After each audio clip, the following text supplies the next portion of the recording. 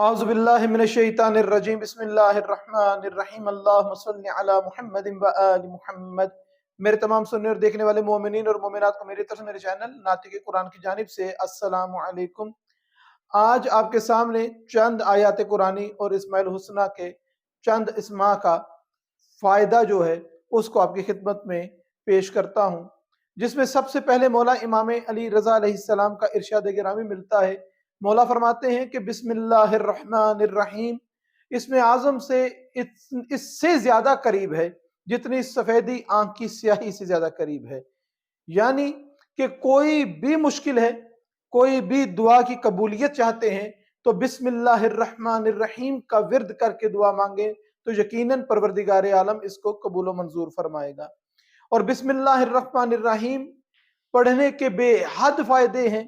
پروردگار اس بندے کو اتنا پسند کرتا ہے کہ معصوم فرماتے ہیں کہ جو شخص بسم اللہ الرحمن الرحیم کو خوبصورت لکھنے کی کوشش کرتا ہے پروردگار اس کے گناہوں کو معاف کر دیتا ہے۔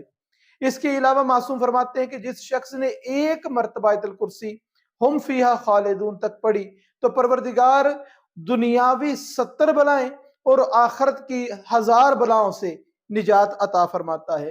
اور جو شخص مولا امام علی علیہ السلام ارشاد فرماتے ہیں کہ جو شخص 11 مرتبہ سورہ قدر، 11 مرتبہ سورہ اخلاص اور 11 مرتبہ آیت الکرسی کی تلاوت کر کے رات کو سوتا ہے، پروردگار اس کے مال کو تلف ہونے سے، ضائع ہونے سے محفوظ رکھتا ہے۔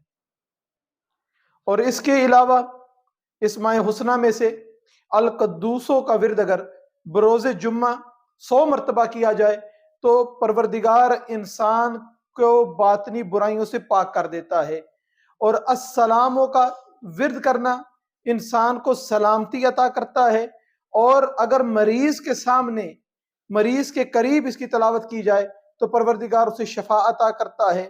اور اس کے علاوہ اسماء حسنہ میں سے الجباروں کا 21 مرتبہ ورد کرنا دشمنان کے شر سے انسان کو خدا کی پناہ میں رکھتا ہے۔ اور اسماء حسنہ میں سے الوہابوں کا جو شخص 14 مرتبہ ورد کرتا ہے پروردگار اس کی محتاجی کو دور فرماتا ہے، اور سجدے میں اگر جا کر الوہابوں کی تلاوت کی جائے تو وہ شخص غنی ہو جاتا ہے۔ پروردگار سے دعا ہے کہ پروردگار ہم سب کو صحیح معنوں میں سیرت محمد اور آل محمد علیہ السلام کو پڑھنے، سمجھنے اور اس پر عمل کرنے کی توفیق عطا فرمائے۔